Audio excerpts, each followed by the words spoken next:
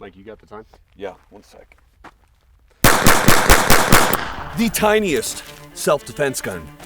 Pocket pistols, vest pistols, prison Prostitute pistols. Yeah, literally a booby trap. Today on Grand Thumb, we're going to be talking about the tiniest self-defense handgun. This is the Colt 1908 pocket pistol. Now, to be clear, there are other weapons that get close in size or are the same size, but this was the original. This is the one we're going to talk about. It is chambered in the very sweet, very demure 25 ACP. So we have the 25 ACP and we have 9mm. So how would you describe it? I would describe it, if you say Demir one more time, I'm going to dick you. Tiny pistol. How does it function in self-defense scenarios? How powerful is the ammo? Can we draw it from all these interesting locations on our body? We'll be trying that. We'll be trying to see how far we can fire it, and we'll see if it is still something you might want to carry. Today on Grand Thumb, the tiniest self-defense handgun. Fits in your mouth. But before we get into that, we of course have to thank the biggest sponsor of the channel, who is who, Micah? Primary Arms, providing you any Colt 25 ACP pistol red dots that you could ever want. This month, they're actually having a special. For every order placed, they'll mail in a ballot. Primary Arms, go and check them out. Everything you could possibly want. Who can we not forget? Night Vision Network. Get your night vision just in time to get clapped by a dude with thermal. You can also buy thermal, so you could you possibly really? be the dude doing the clapping. All right. Night Vision Network, you can buy, you can rent, you can do it all. Go and check them out. And again, not just night vision, but thermal as well. And of course, Mantis, if you're looking to turn your weapon Colt into a... No, dude. That's retarded. Mantis will turn your gun into a dry fire machine. We recommend dry fire to get better at shooting. Go and check them out. My employees have stolen all my Mantis Technologies Blackbeard systems, but we love them quite a bit. And of course, all ammunition is provided for by AAC. Big thank you to them. And with all that being said, let's get into it. So this Colt 1908, it's an interesting story. It's actually basically an exact copy of the FN model 1906. This gun was designed by John Moses Browning, the inventor of the 1911, and what else, Micah? Gravity. So when FN started making this gun, Colt said, oh snap, we will make this gun as well. And they came out with this gun about 2 years later. Same exact design, same exact caliber. The 25 ACP was actually specifically made for this gun. And you ready for this? You ready for the magazine? Look how cute that little guy is. So they don't hold a whole lot, and they have pretty low recoil. In fact, the 25 ACP out of this little short barrel is traveling around, according to our chronograph, about 750. Not a whole lot, even with self-defense rounds, about 770. In many cases, people would say that the 22 is actually stronger, and yet these persist and they live on. Today, let's go ahead and test them. We're going to start with a basic build drill. How do you want to modify it? Charles is our he actually just earned Grandmaster, so we're gonna let him, kind of do our drills here. I'll Stolen Valor that, yeah, dude. That's what I am now. So Stolen Valor? Stolen Valor. What do you mean? It's USPSA. Yeah, you're USPSA Grandmaster. Yeah, why would why that is be that Stolen Valor? Because it's Stolen Valor. You're saying you're not a Grandmaster? Listen, there's a couple things I am. 1, good guy. 2, veteran. 3, not a GM. Do you see those sights? You see the tiniest little front sight known to mankind? Oh my. Can't even get support hand on there. I literally only have my middle finger on there. I actually can't wrap my thumb on. No, you might shoot your thumb. You have to revolve or hold it. Are you ready? Yeah. Stand by.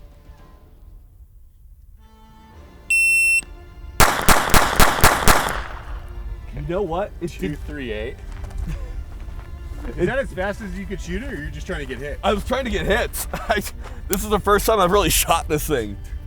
That was amazing. What was my hit factor, dude? That's a weird hit. Your hit factor? Yeah, was it good? I don't know. That takes math, but it was a 238. I can't wait for him to try so hard on this because he shoots USPSA. I can't. There's no support hand involved in it.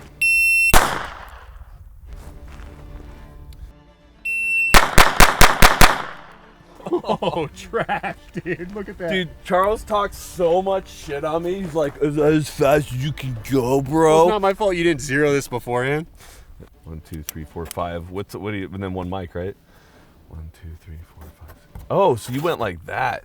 Yeah, it really can't be stressed enough that this hand does nothing. It doesn't do anything at all. You're supposed to fire like a gentleman.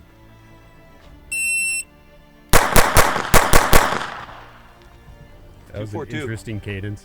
It was because the trigger sucks so bad. Did better than me. 1, 2, 3, 4, 5, 6. All right, so we have Micah in first place. No. 242. You got 238.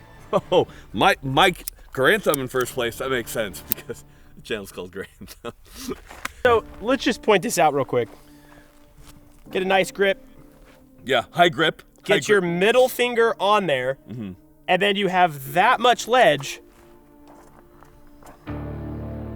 to get any. So it's basically you're basically doing this. Have you ever held a teacup? I've never done teacup. No. I mean like an actual teacup. Yeah, I've held a teacup. Yeah, like the same thing. Okay, 2 to the chest, 1 to the head. Okay. Are you ready? Yeah, where are my hands supposed to be? Just like that. Just touching barrel. Okay. Are you ready? Yeah. Stand by. God.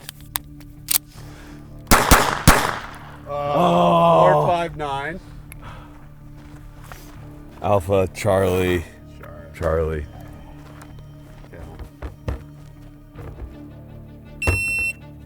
Stand by. What are you practicing?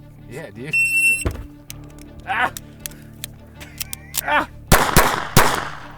Oh, it wasn't bad. 464. It's 2 Alpha, Charlie. Better than me.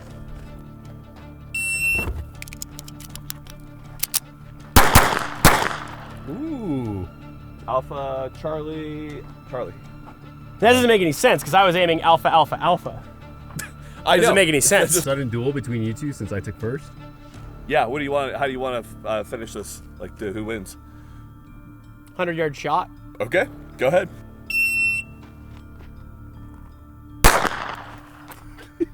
Christ.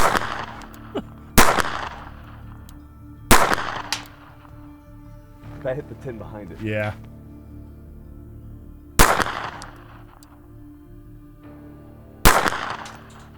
No. Dude, this thing is way off. It was shooting the ground. Are you ready? Yeah. Okay, stand by.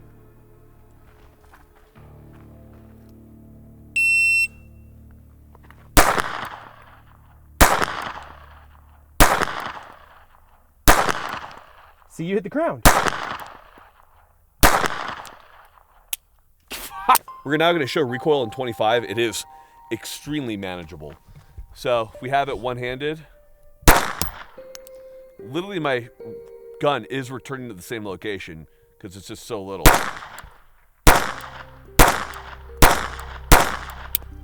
So it is very little. If we're able to control it with 2 hands, you see if it's even more stable. Well, 2 hands being a relative term. Yep. Actually, it's pretty good. You can see these two that I was firing. Again, when you consider the totality of information that we know in lethal encounters with handguns, the FBI has said 7 yards. At 7 yards, I would say this gun seems perfectly adequate. Clearly, it is a niche gun when it comes to those applications. So the question is, at these self-defense ranges, what is the round going to do in gel? What is our actual penetration? Again, say something like 22. Dude, over 420,000 of these were made. So quite a few. It was made from about 1908 through 1947. That was all spare parts at the end.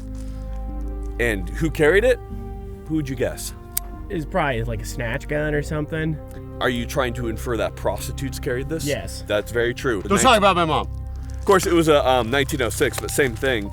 A German prisoner of war, when he was getting searched prior to going into prison camp, was found with one of these sewn into his coat pocket. Oh, I thought you were about to say just shoved up his butt. Okay, we're now going to be firing into ballistic shell 25. We also have a 22. It looks longer because the barrel is longer.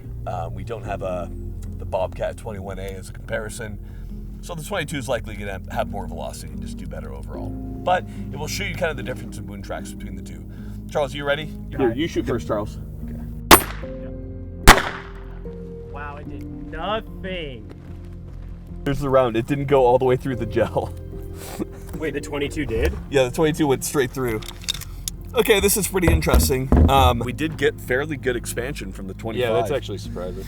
22 can do really well, but I'm kind of surprised if you'll take a look here, Micah. Like, we really didn't have great expansion off the 22, and some other ballistic tests have noted that 22 should perform better than 25. So this is actually somewhat surprising to me. It got the penetration unlike the 25, so I think I'll take the 22 for penetration. So right here we have the Colt 1908 Pocket Hammerless. Should be noted that this gun was made in 1915 and yet still did very, very well. So we're going to talk a little bit about the history of this guy, how it came about, and some of the features on it. You know, I've always loved the look of the older guns from the 1903, the 1906 from FN, and of course the 1908 from Colt. These weapons are all designed by John Moses Browning and were precursors to the legendary 1911, but more importantly to the Browning High Power in my mind. So the thing that you have to realize with centerfire rifle cartridges is that this is a fairly new technology at this time.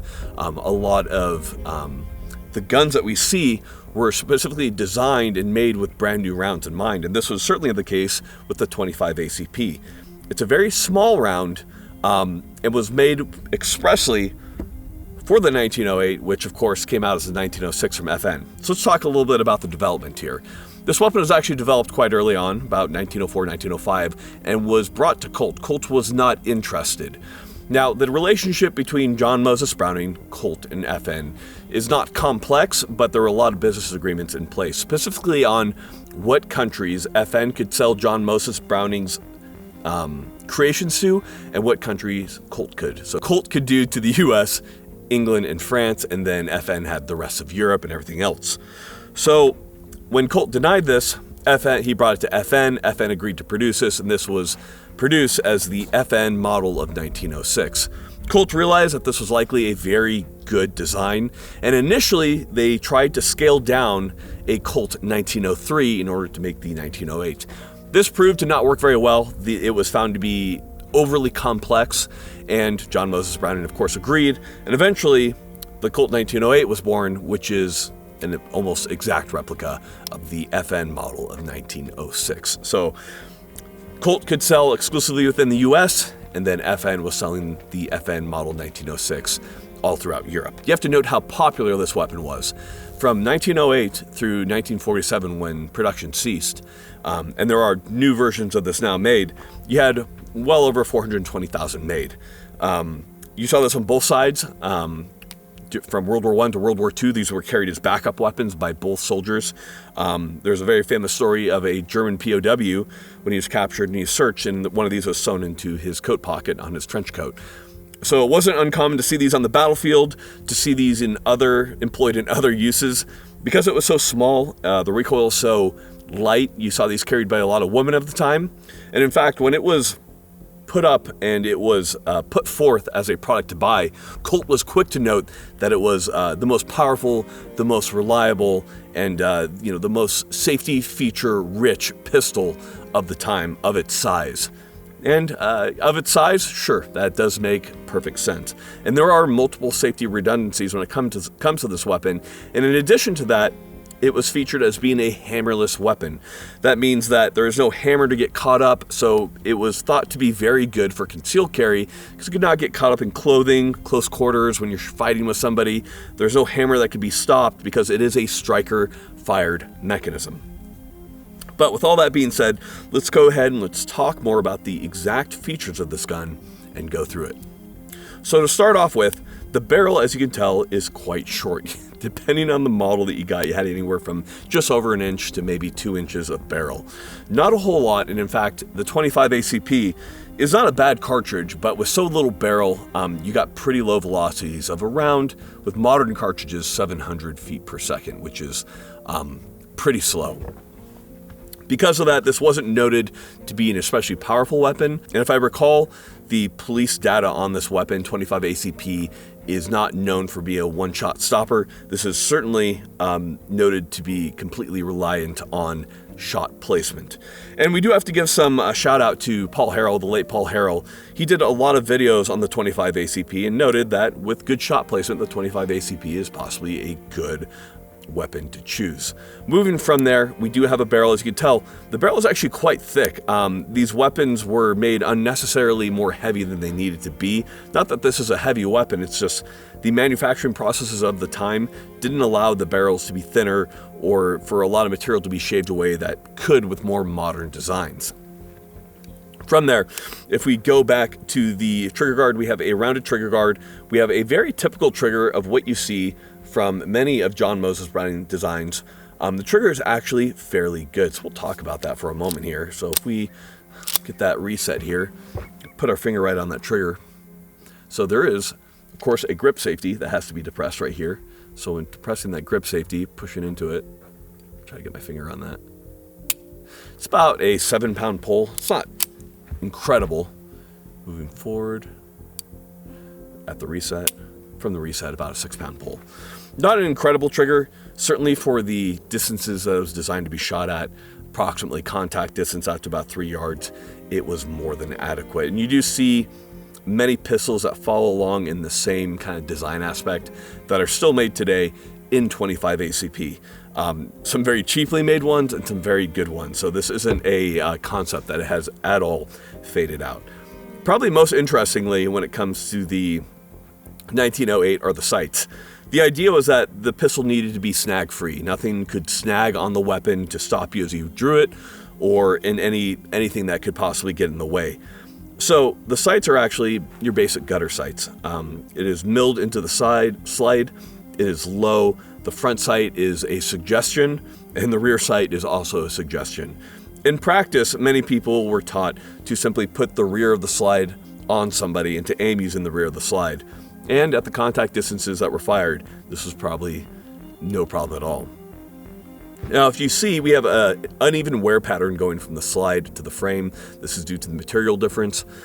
Typically, these were finished with a very rich blue that Colt was known for, and then the trigger, the grip safety, and the safety would be finished in their cobalt blue, which was kind of a rainbow iridescent blue color. So they were quite beautiful when they were made.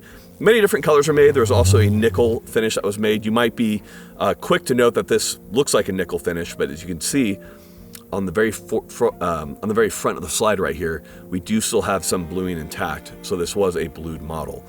These typically came with either squared off grips right here or round grips with a hard rubber edge, and then you have the Colt logo right in there.